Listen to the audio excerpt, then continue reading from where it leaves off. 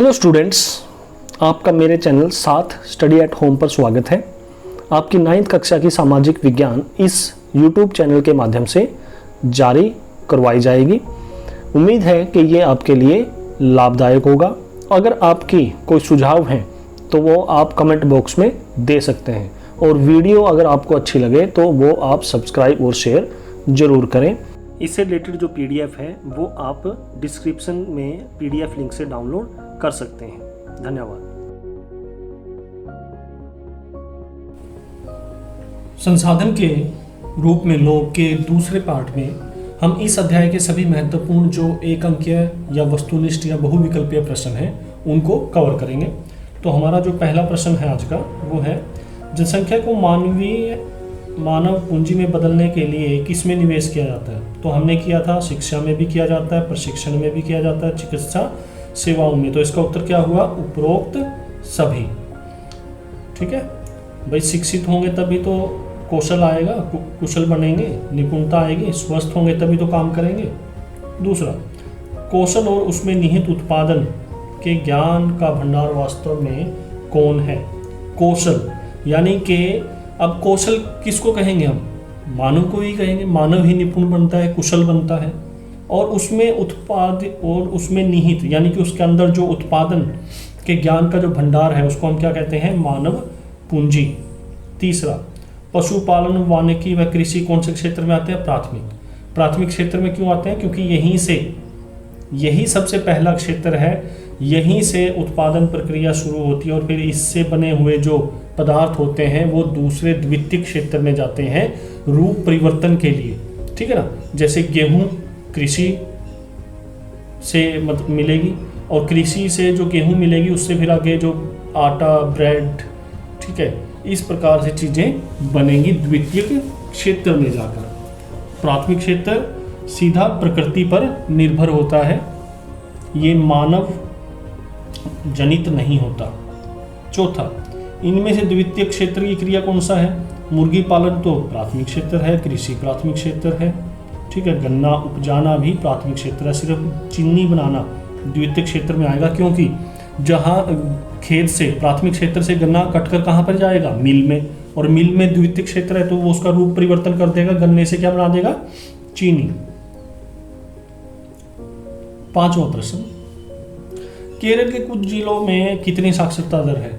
तो जब भारत की जनगणना होती है तो उसमें जब आंकड़े इकट्ठे किए जाते हैं तो उन आंकड़ों में ये बात निकल कर आती है कि जो केरल है वो भारत का सबसे ज़्यादा साक्षर बड़ा राज्य है। वहाँ पर कुछ जिलों में साक्षरता दर कहाँ तक है? 96% तक, यानी कि हम लगभग 100% मान सकते हैं। ठीक है, 100 में से 96 जो लोग हैं वो पढ़े लिखे हैं, तो सबसे ज़्यादा पढ़ा लिखा राज्य हम इसको कह सकते हैं। छठा, 1951 में शिशु मृत्यु दर क्या थी? अब शिशु मृत्यु दर का मतलब क्या होता है भाई? 1 साल तक के जो बच्चे हैं, 1000 बच्चों के पीछे कितने बच्चे मर जाते हैं उसको हम कहते हैं शिशु मृत्यु दर। तो ये कितनी थी 1951 में? 147 प्रति 1000, यानी कि 1000 बच्चों के पीछे 1 साल के अंदर 147 बच्चे मर जाते थे। अब ये जो संख्या है ये काफ़ी घट चुकी है, ये लगभग कुछ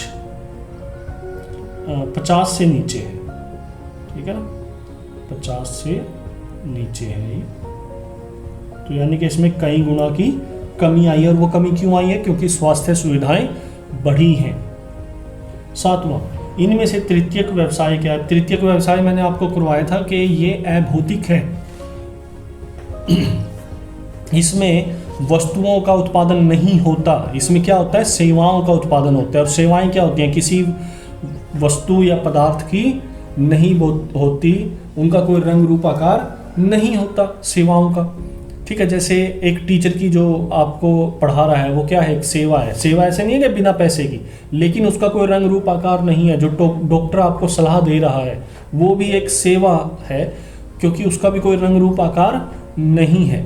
बीमा, बैंकिंग, परिवहन, ये सभी क्या है? सेवाएं हैं। आप एक बस में किराया लेकर जाते हैं एक जगह से दूसरी जगह, तो उस किराए का मतलब ये नहीं है कि आपने वो बस ही मोल ले ली। आप ये कहते हो जी मैंने तो 20 रुपये दिए थे, 20 रुपये के बराबर इस बस में से हिस्सा मुझे दे दो, ऐसा तो नहीं हो सकता ना। तो वो उन्होंने सेवा दी, आपको एक जगह से दूसरी जगह पर पहुंचाया, और उस सेवा के बदले, उस सर्विस के बदले उसने आपसे क्या लिया? पैसे लिए। तो ऐसे ही आप स्कूल में भी पढ़ते हैं तो आपसे फीस ली जाती है, आप बैंक में जाते हैं तो वहाँ पर भी फीस ली जाती है। तो बैंकिंग, पर्यटन सेवाएं, व्यापार, ये सभी की सभी क्या है? तृतीयक व्यवसाय।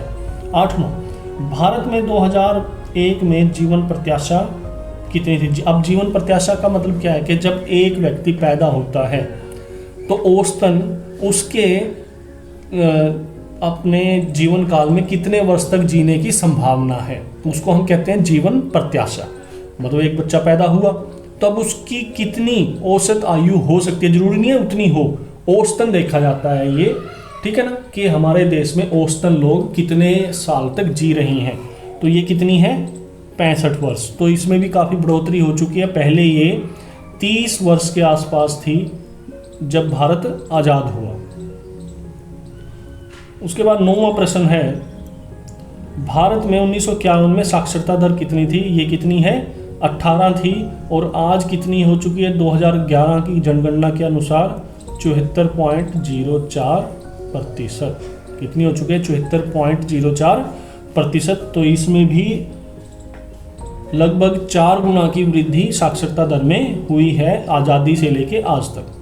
10वां, नगरीय क्षेत्र में प्राय कौन सी बेरोजगारी पाई जाती है? तो कौन सी पाई जाती है? शिक्षित, क्योंकि वहाँ पर शिक्षा का प्रसार और प्रचार ज़्यादा होता है, ज़्यादा पढ़ते लिखते हैं, और गांव से भी जो पढ़े लिखे युवक हैं वो शहरों की तरफ नौकरियों के लिए भागते हैं। तो इसलिए शहरों में, नगरों में शिक्षित बेरोजगारी ज़्यादा पाई जाती है।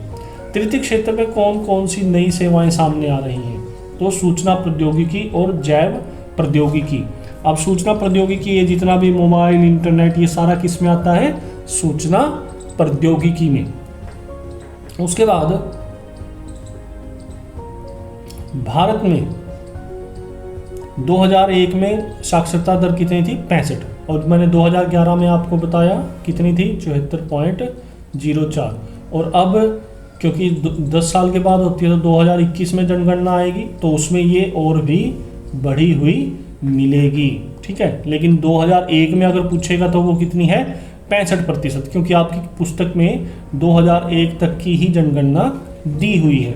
13वां प्रश्न, जनसंख्या अर्थव्यवस्था पर हो सकती है दायित्व तथा परिसंपत्ति दोनों। अब दायित्व क्यों? अगर हमारी जनसंख्या, इतनी बड़ी जनसंख्या हमारे पास है, अगर ये कुशल नहीं है, ये योग्य नहीं है, ये क्षमतावान नहीं है, ठीक है, प्रशिक्षण प्राप्त नहीं है, तो क्या होगा? यही हमारे देश के ऊपर, अर्थव्यवस्था के ऊपर क्या बन जाएगी? बोझ। जैसे मैंने आपको पिछले लेक्चर में उदाहरण के द्वारा बताया था, भाई अगर एक बच्चा काम ना करे तो उसके माँ बाप भी उसको क्या कह देते हैं? तू तो हमारे ऊपर बोझ है, ठीक है ना। तो ऐसे बोझ नहीं बनना, हमें पढ़ लिख कर योग्य बनना है, क्षमतावान बनना है, ताकि हमारे माँ बाप को भी हमारे ऊपर गर्व हो और अर्थव्यवस्था में भी हम अपनी उपयोगिता सिद्ध कर पाएं। और परिसंपत्ति कैसे? जब पढ़े लिखे होंगे, कुशल होंगे, प्रशिक्षित होंगे तो हम उत्पादन प्रक्रिया में अपना ज़्यादा योगदान दे पाएंगे। मैंने आपको बताया था कि जो जापान देश है, जापान, ठीक है, तो उन्होंने अपने मानवीय साधन को विकसित किया। वहाँ पर प्राकृतिक संसाधनों की कमी है, उसके बावजूद भी एशिया का सबसे विकसित जो देश है वो जापान है। और आपको पता है कि द्वितीय विश्व युद्ध के बाद या द्वितीय विश्व युद्ध में यहाँ पर परमाणु बम भी गिरे थे, हिरोशिमा और नागासाकी पर। तो उस जो वहाँ पर विनाश हुआ, उस विनाश से उबरते हुए उन्होंने अपने मानवीय संसाधन को विकसित किया और वो एक विकसित राष्ट्र बना। तो यानी कि मानवीय संसाधन परिसंपत्ति भी है। तो हमें भारत की जो जनसंख्या है उसको हमें संसाधन में बदलने की आवश्यकता है, ताकि उसका जो फ़ायदा है वो देश के विकास के लिए उठाया जा सके और ये जो जनसंख्या है ये देश के ऊपर भार ना बने। 14वां प्रश्न, मानव पूंजी निर्माण किसमें निवेश से होता है? तो शिक्षा में भी, स्वास्थ्य में भी और प्रशिक्षण में भी। अगर इन सब में निवेश किया जाए तो इसी जनसंख्या को संसाधन के रूप में, परिसंपत्ति के रूप में बदला जा सकता है, जिससे कि देश का ज़्यादा विकास होगा और हम भी विकसित राष्ट्र बन सकेंगे। 15वां, भारत में अशोधित जन्म दर प्रति 1000 व्यक्तियों के पीछे कितनी है। अब जन्म दर का मतलब क्या है कि 1000 लोगों के पीछे बच्चे कितने जन्म ले रहे हैं, वो क्या है 26.1, यानी कि 1000 लोगों के पीछे 26 बच्चे पैदा हो रहे हैं। तो अभी भी ये काफ़ी ज़्यादा है। ठीक है, उसके बाद जो 16वां क्वेश्चन हमारा है, भारत में मृत्यु दर प्रति 1000 व्यक्तियों के पीछे कितनी है। ये कितनी है 8.7, यानी कि 1000 लोगों के पीछे 8.7 जो लोग हैं वो मर जाते हैं। जब भारत आज़ाद हुआ तो उस समय यह बहुत ज़्यादा थी, जन्म दर भी बहुत ज़्यादा थी और मृत्यु दर भी बहुत ज़्यादा थी। लेकिन स्वास्थ्य सुविधाओं में बढ़ोतरी के साथ मृत्यु दर और जो जन्म दर है उन दोनों में काफ़ी कमी आई है। 17वां, ग्रामीण क्षेत्रों में कौन सी बेरोजगारी पाई जाती है। ये मौसमी तथा प्रच्छन्न या छिपी, आपको बताया था मैं, छिपी बेरोजगारी पाई जाती है या अदृश्य है। इसका तीसरा नाम हो रहा है अदृश्य। मौसमी तो क्या है भाई, जिस मौसम में तो काम होता है, विशेष मौसम में तो काम बहुत मिलता है। जब वो मौसम नहीं होता, फसल का मौसम नहीं होता बीजने का या काटने का, तो उस समय गांव में जो काम है वो कम मिलता है। तो इसलिए कुछ मौसम में जो मजदूर हैं वो क्या रहते हैं, बेरोजगार रहते हैं। प्रच्छन्न बेरोजगारी के एक काम पर जितने लोगों की आवश्यकता है उससे ज़्यादा लोग लगे हुए हैं। तो आपको वो पिक्चर याद होगी जिसमें एक ट्रैक्टर ट्रैली पर 5 लोग काम कर रहे थे, लेकिन उन 5 की वहाँ पे आवश्यकता नहीं थी, वो काम 2 लोगों के द्वारा भी किया जा सकता है। तो 3 लोग काम करते हुए प्रतीत हो रहे हैं लेकिन वो कोई काम नहीं कर रहे। ठीक है ना, उनका अगर उनको हटा भी दिया जाए तो उत्पादन के ऊपर कोई भी असर नहीं पड़ेगा। तो इसको हम प्रच्छन्न बेरोजगारी को छिपी बेरोजगारी या अदृश्य बेरोजगारी भी कहते हैं। अगला प्रश्न हमारा है 18वां, देश की उत्पादन क्षमता में वृद्धि किसके निवेश से होती है। तो उत्पादन क्षमता में वृद्धि किसी एक चीज़ से नहीं होगी, आपको लगभग सभी चीज़ों में निवेश करना पड़ेगा। उससे हमारे देश की उत्पादन क्षमता में, जैसे भूमि में निवेश, भाई जब तक आप भूमि में निवेश नहीं करेंगे, कारखाने नहीं बनाएंगे, सड़कें नहीं बनाएंगे, पुल नहीं बनाएंगे, बांध नहीं बनाएंगे, ठीक है, तो ये सभी चीज़ें जरूरी हैं। तो कहीं ना कहीं भूमि का प्रयोग इसमें किया जा रहा है।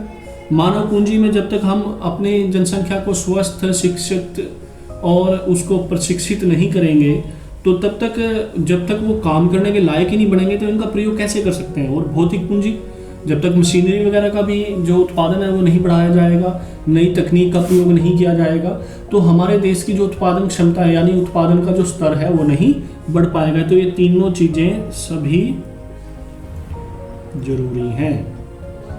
18वां, जीडीपी क्या है, सकल घरेलू उत्पाद। हिंदी में हम लिखते हैं सकल घरेलू उत्पाद और इंग्लिश में क्या लिखते हैं, ग्रॉस डोमेस्टिक प्रोडक्ट। और ये तो इसकी फुल फॉर्म है, ठीक है ना। अगर आ जाए कि ये है क्या, इसका अर्थ बताओ, तो यह एक देश में उत्पादित सभी वस्तुओं व सेवाओं का जोड़ है। जो एक देश में जितना भी उत्पादन हो रहा है वस्तुओं का और सेवाओं का, तो उनका जो जोड़ है वो क्या है, सकल घरेलू उत्पाद। उसके बाद साक्षरता दर से क्या अभिप्राय है। तो साक्षरता दर से अभिप्राय है लोगों के केवल पढ़ने और लिखने की योग्यता से है, ठीक है ना। कि अगर आप पढ़ और लिख सकते हैं तो आप साक्षर हो।